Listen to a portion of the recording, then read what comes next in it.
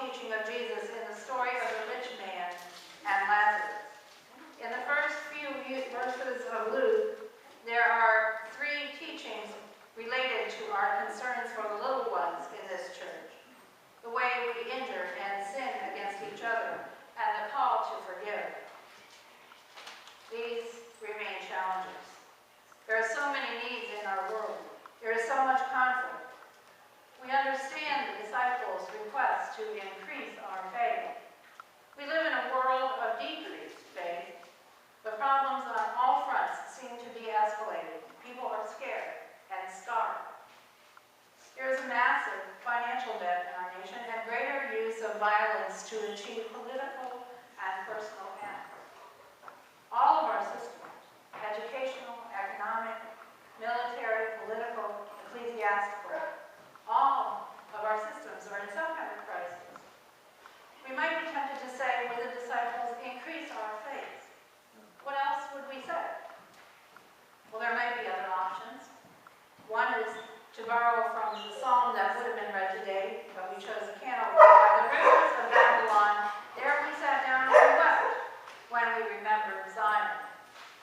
One option is to remember the past, to long for yesterday. I hear a lot, things were better back then. Nostalgia is wonderful, but in truth, we do not always see the past accurately. There was a country song I remember as a child, and Karen can tell you I can sing them all because, not very well, but I can sing them all because I heard them all as a child. And it was in the good old days when times were bad. It was never easy in the past. And yet, we sometimes think, don't we, that we're living in some kind of Babylon. The people in exile knew that this world had come to an end. The old had passed away. And then, what were we left with? A new world. A new world that we are only beginning to discover. And so we often ask, what will family life be like in 20 years? What will the church look like in 20 years? What will my town look like in 20 years? If our eyes are open to the world around us, we have these options. We can ask for more faith, or we can return to the past, clinging to it. We can long for the world of the past, for the life of the way it used to be. We can give up and be confident that we are God's chosen people and just not worry about it. None of these choices are adequate. We have to look at this third option again. Are we going to live in this world, and how are we going to do it? This is our world. This is a world where 6.3 million children have died since the beginning of 2018, many of them from preventable diseases. There are 3.4 billion people who have not been reached by the gospel. More Christians were persecuted in the 20th century than in any prior.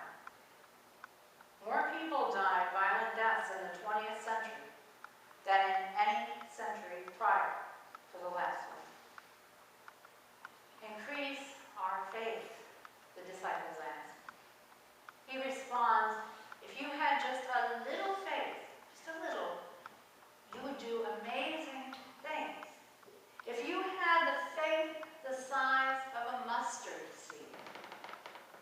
The conditional clause can be translated, if you had just the faith the size of a mustard seed, and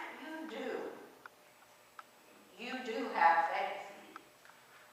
Mother Teresa said, our calling is not to do great things, but to do small things with great love.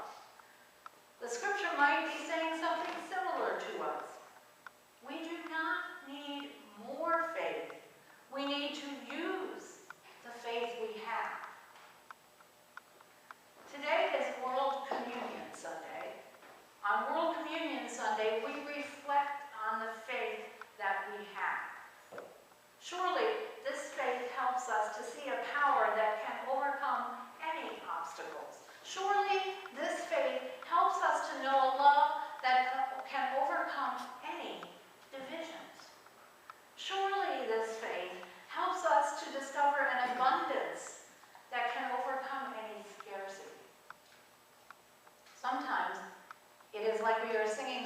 sung in a strange land.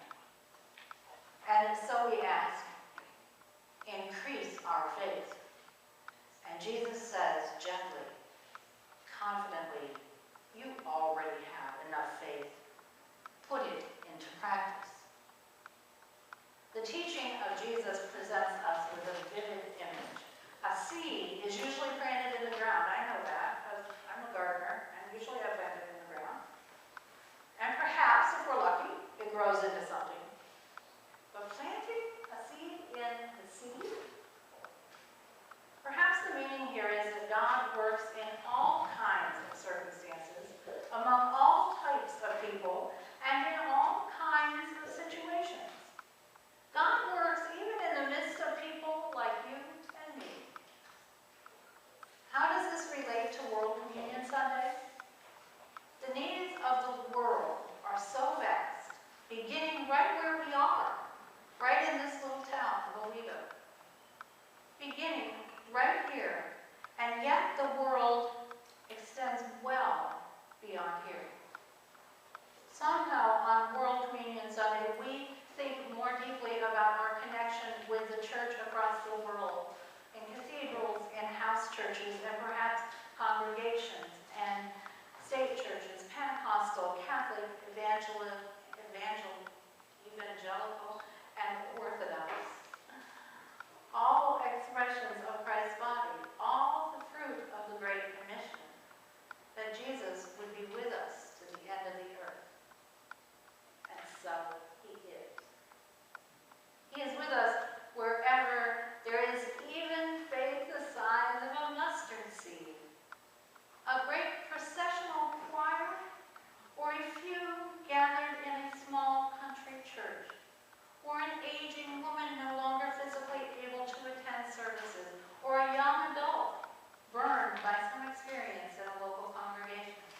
Jesus is with us wherever there is even the faith of the size of a mustard seed. He is alive wherever Christians practice the faith that they already have. It is not so much that we need more, it is that we need to use what we already have. There is something here that relates to our human nature and goes against the grain. Because we want more, don't we? I saw a documentary some time ago in which the clerk would ask every customer, would you like to supersize that? And most folks, without even thinking, would say sure. The spiritual logic tends to work like this. The world is a mess. We believe in God. We believe God wants us to do something. And the solution? Increase our faith. Today our prayer might be simpler, more grounded in the reality to which Jesus points, that we don't need more faith. We need to use the faith we already have. The good news, the promise of Jesus, is that even if we plant a seed in the midst of the sea, it will grow. A small act of faith will help. On World Communion Sunday this year, let the Christians across this planet pledge themselves to saving the lives of children. Let the Christians across this planet pledge themselves to sharing the message of the gospel with people. Let the Christians of this world let go of divisions and judgmentalism. Let the Christians of this world forgive. We don't need to do great things, but small things with great